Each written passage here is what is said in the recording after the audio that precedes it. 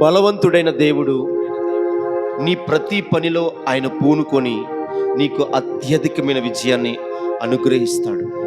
ఈ సమయంలో దేవునితో బలమును నమ్ముకొని భంగపడ్డాను, బలమును నమ్ముకొని భంగపడ్డాను. శక్తివంతుడా నా ఆశ్రయుడవని నీ చెంతకు చేరాను. శక్తివంతుడా నా ఆశ్రయుడవని చెంతకు చేరాను.